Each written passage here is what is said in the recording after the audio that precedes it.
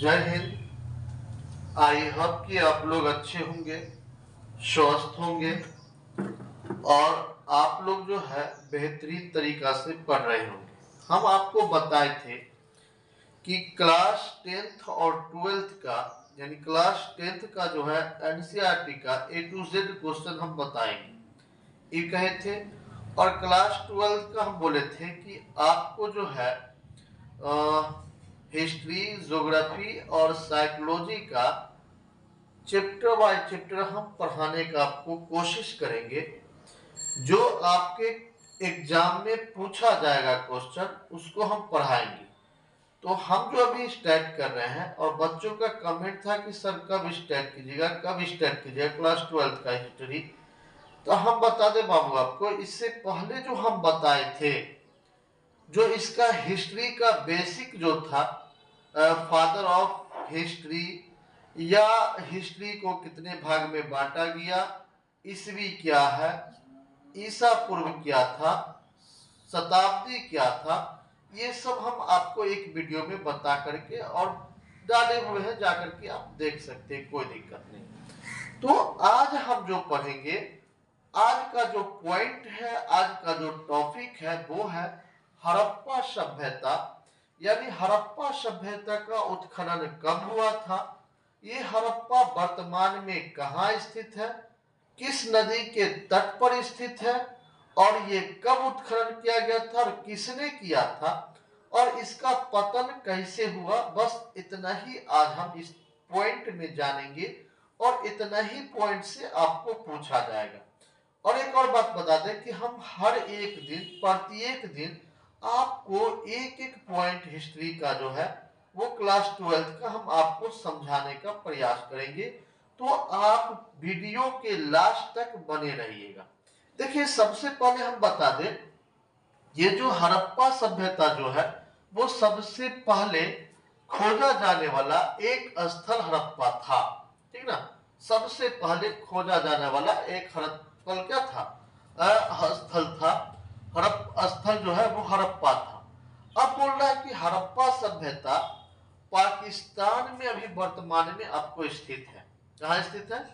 वर्तमान में भी हम देखा जाए, अगर अभी के देखा जाए तो वो जो है पाकिस्तान में अभी स्थित है।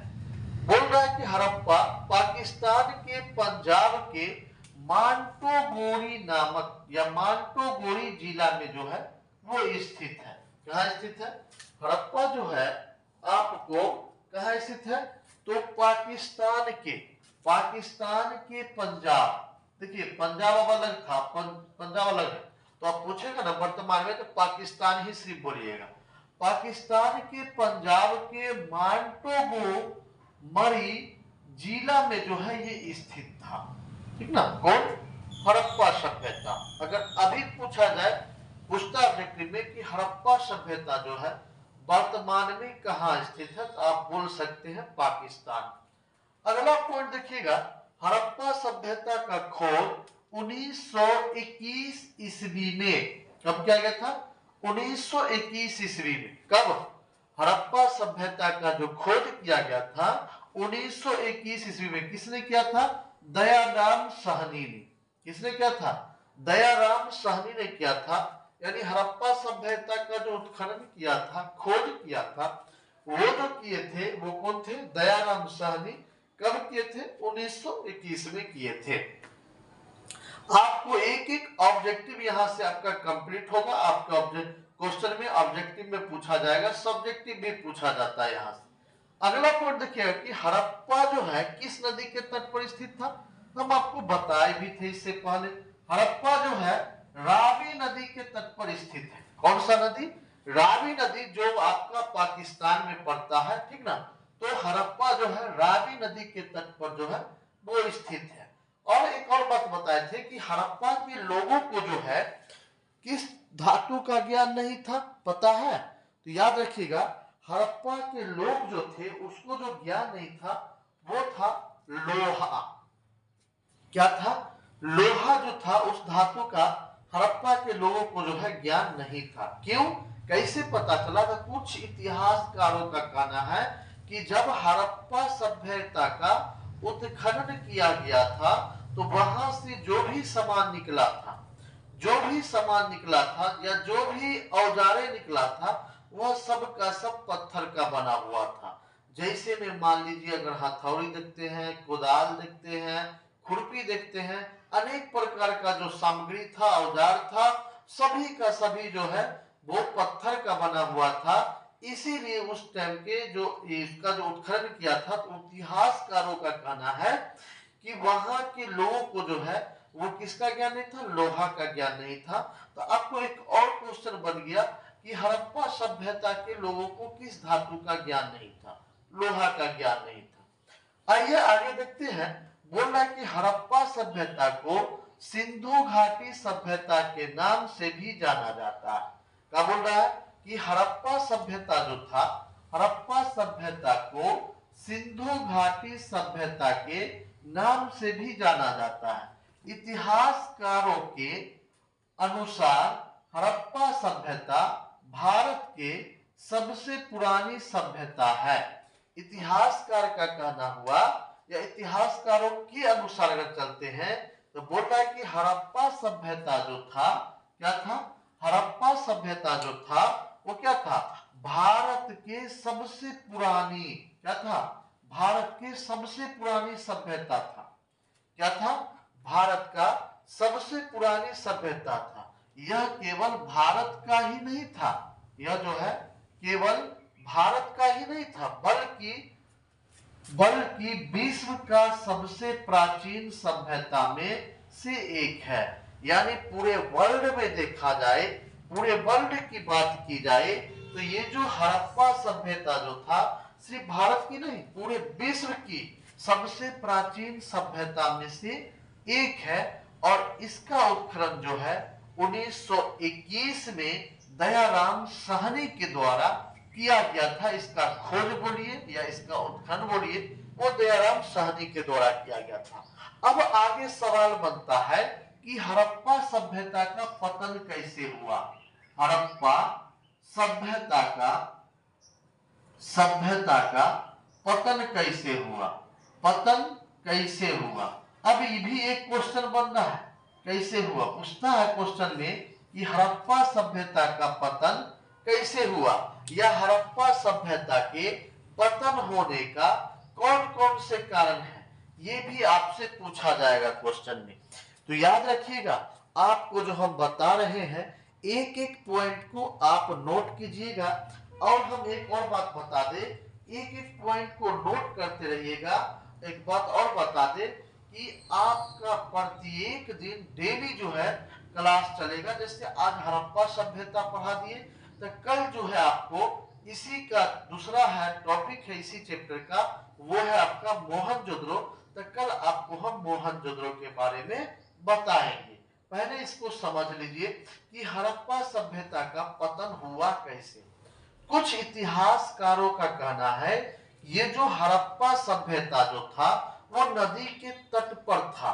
तो हो सकता है रावी नदी के तट पर स्थित था, तो हो सकता है, अनुमान लगाया गया है, कंफर्म नहीं बताया गया, कि हो सकता है, क्या हो सकता है कि उस पर जो है क्या हो जाए, सुनामी आने के कारण हुआ होगा, बाढ़ आने के कारण जो इसका सभ्यता का पतन हुआ होगा।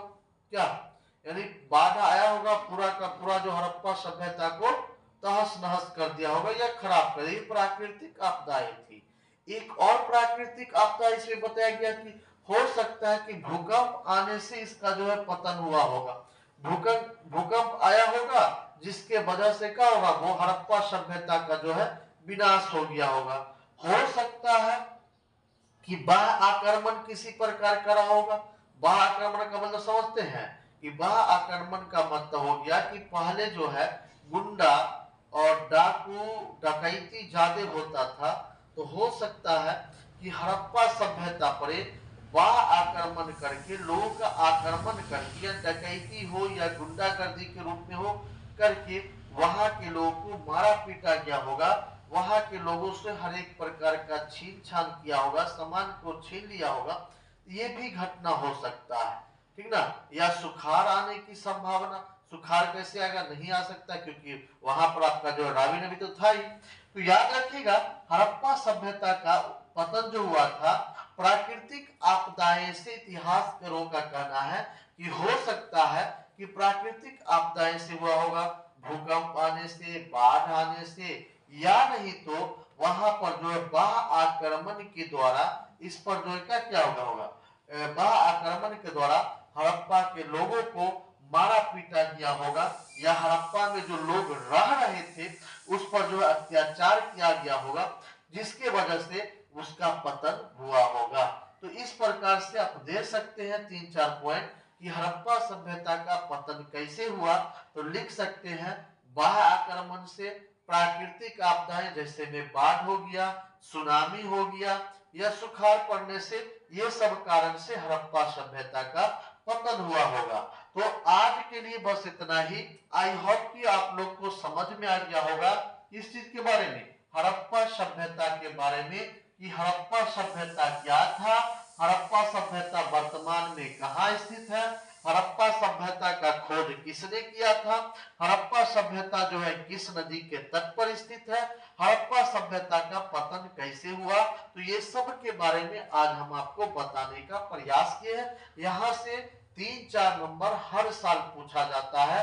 अगर पूछेगा हड़प्पा सभ्यता का पतन कैसे हुआ वर्णन करें, तो ये क्वेश्चन जो है आपको 5 मार्क्स में पूछा जाता है, और यहाँ से 3-4 ऑब्जेक्टिव आपका बनता है, और यहाँ से आपका सब्जेक्टिव 5-6 नंबर बनता है।